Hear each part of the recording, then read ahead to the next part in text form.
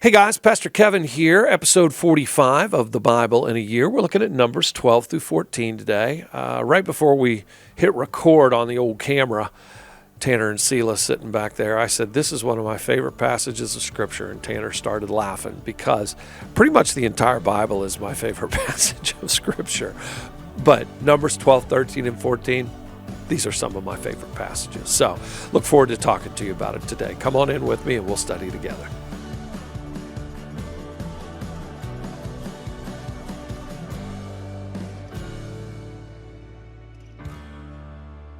All right, guys, there you go. Episode 45 of Bible in a Year, Numbers 12 through 14. Again, if you missed yesterday, Pastor Daniel not with us today just because the office is closed today and we needed to catch up. And so I told Tanner, let's just go ahead and shoot these. I'll just do solo here for these next two episodes, but then Pastor Daniel will be back in with us tomorrow for our next episode, okay?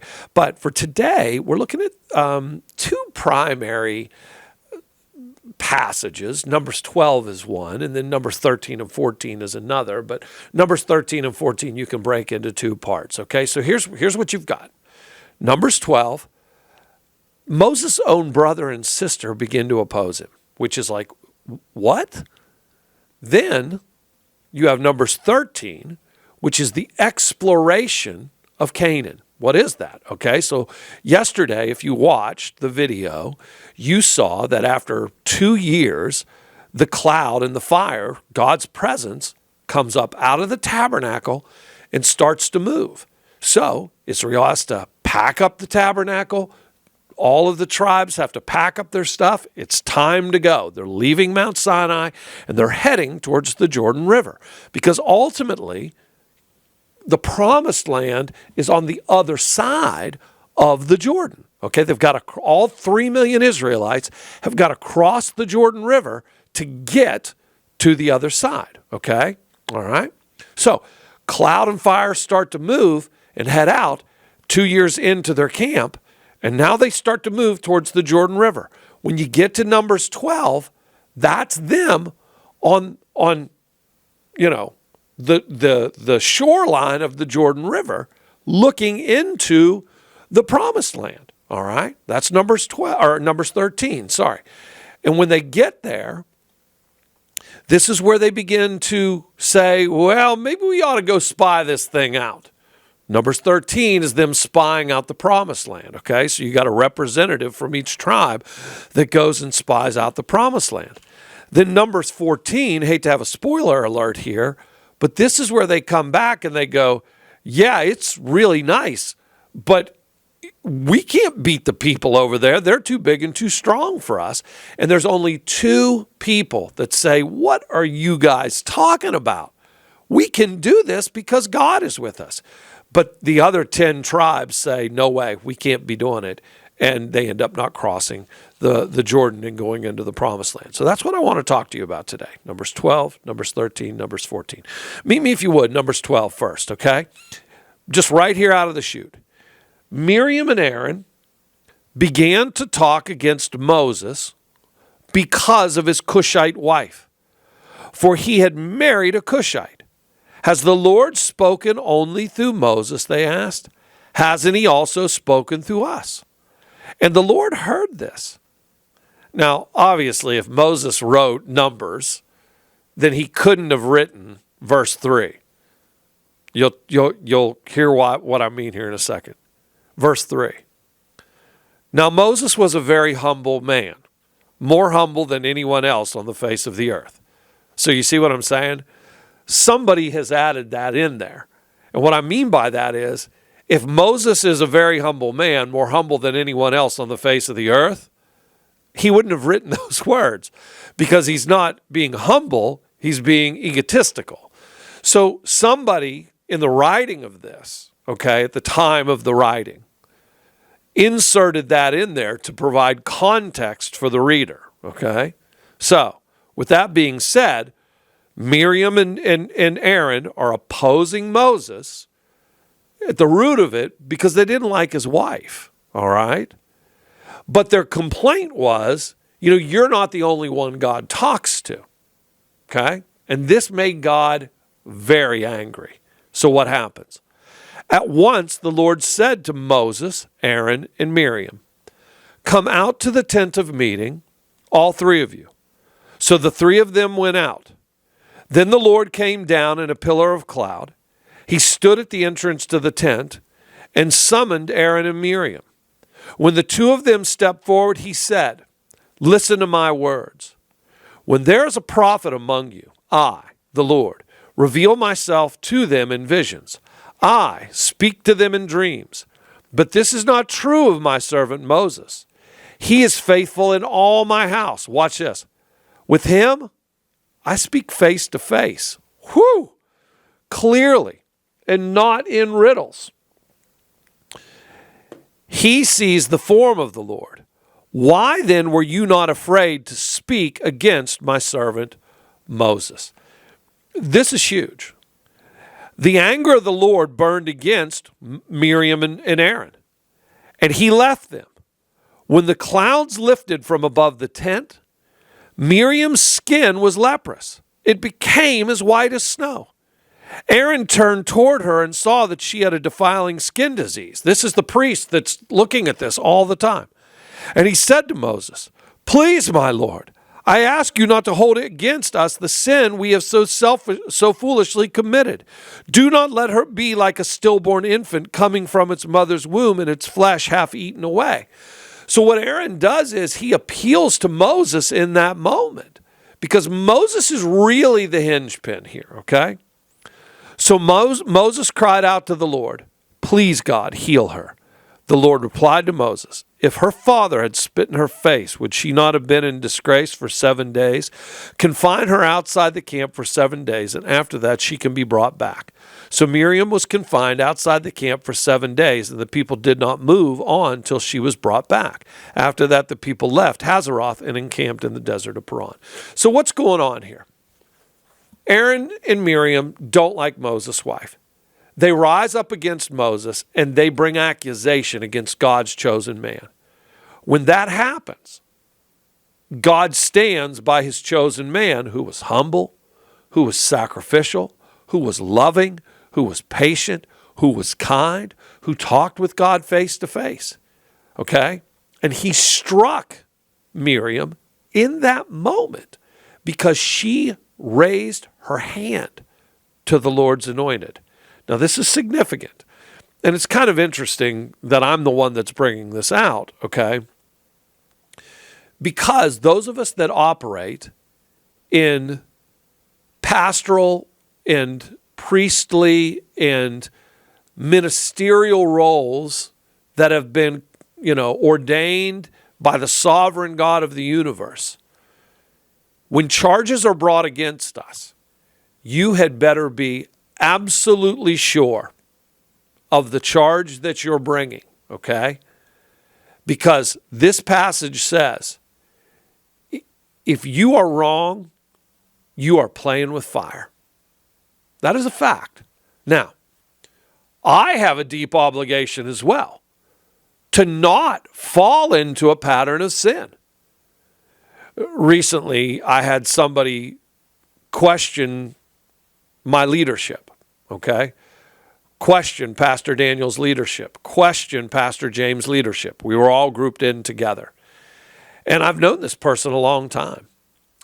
And when the charge came, I texted the person back and I said to the person, "I've known you my entire life, and I'm going to take this charge that you're bringing against us very seriously. And if what you are saying is true, may God have mercy on our soul." Now, some of you are like, "Oh my gosh, what did you guys do?" It's just the position of our church not to endorse candidates, because that's not what we do. We don't endorse candidates here, okay? And when you bring a charge against us for how we operate ministerially, how we operate pastorally, you had better be absolutely certain of the charge that you're bringing against us, because we are standing up there and saying, this is how the Lord wants things run. And if you're bringing a charge against us and we're doing what God asked us to do, you better watch out. And if we are operating outside of the will of God, then we're in big trouble. And we had better get it worked out. Guys, this is a serious passage of Scripture. I am not saying that you cannot bring a charge against a man of God. I'm not saying that. But if you're going to do that, you had better be darn sure of the charge that you're bringing.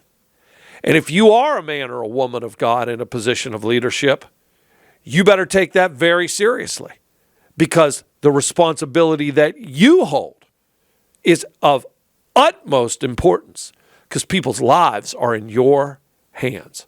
So this is a very serious passage.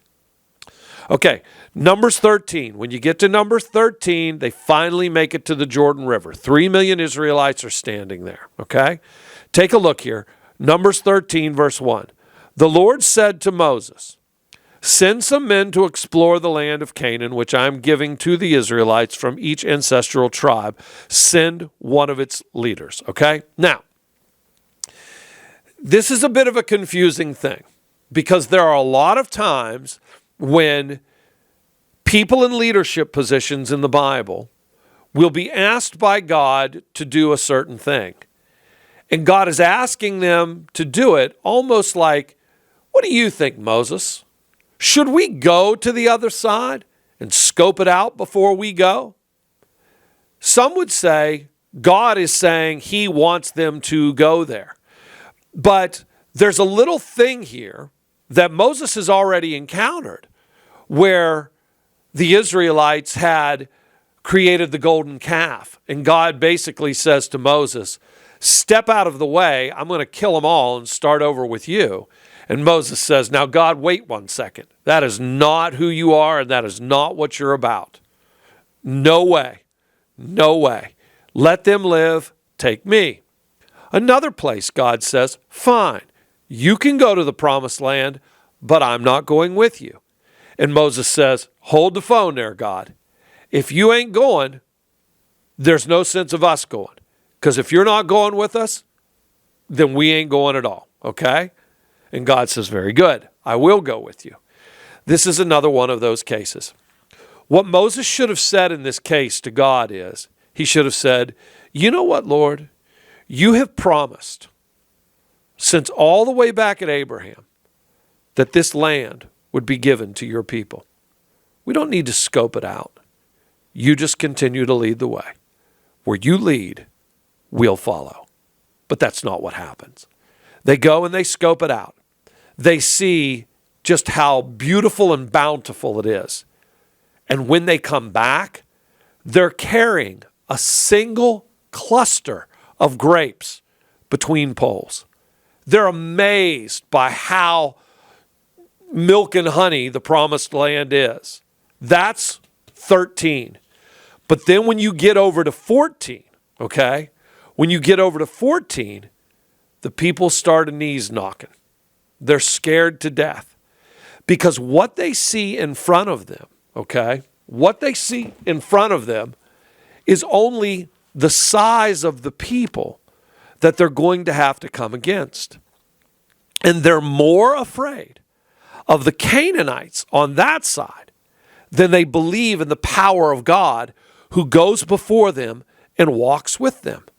And so they all start complaining. They all start saying, you know, it is great, but there is absolutely no way we can ever do this. And Joshua and Caleb rise up and they say, are you all out of your minds? God is with us. We cannot be defeated. There is no way we can lose. God has been promising this, and they don't say this, but just follow with me here. God has been promising this since Genesis 12. How in the world could we fail? We as a people have walked from Abraham to Isaac to Jacob to the 12 tribes, through bondage in Egypt for all of those years, to a nation of 2 to 3 million people. And here we stand with the favor of God upon us. We cannot lose. We are crossing this Jordan. And everybody else says, no way, it can't be done. And so God says to Moses, that's it, I'm done. Every single person who is of fighting age and over, okay, they are now going to wander the desert on this side of the Jordan River for the next 40 years. 1 year for every day that they spied out the land. For 40 years, they're going to wander in this desert. And everyone from 18 years old and over, they're all going to die. Not a single one of this faithless generation is going to enter my promised land. The only two of the group that have been among us that are going to go, Joshua and Caleb. Now, Moses, Miriam, and Aaron are not named in that bunch, okay? They're not named. Miriam dies, Aaron dies, Moses dies. There's no statement at that point that Moses, Miriam, and Aaron would die, and there's no statement at that point that says Moses, Miriam, and Aaron would get in. There's no statement at all made. What God says, almost prophetically, and in terms of restorative justice, they're all going to die. I will raise up a faithful generation, and Joshua and Caleb, who remained faithful to me, they will get in. And that's what Numbers 14 is all about. And then that's what happens. Everything you read after this point is literally not the killing off, but the dying off of a faithless generation and the raising up of a faithful generation under the leadership, ultimately, of Joshua and Caleb. So that's what you're reading. Numbers 12, Numbers 13, and Numbers 14. Hope that's a blessing to you guys today. Pastor Daniel will be back with us tomorrow. God bless you guys. Happy reading. We'll catch up with these Bible in a Year episodes very soon. Thanks for joining us. We'll see you tomorrow. God bless.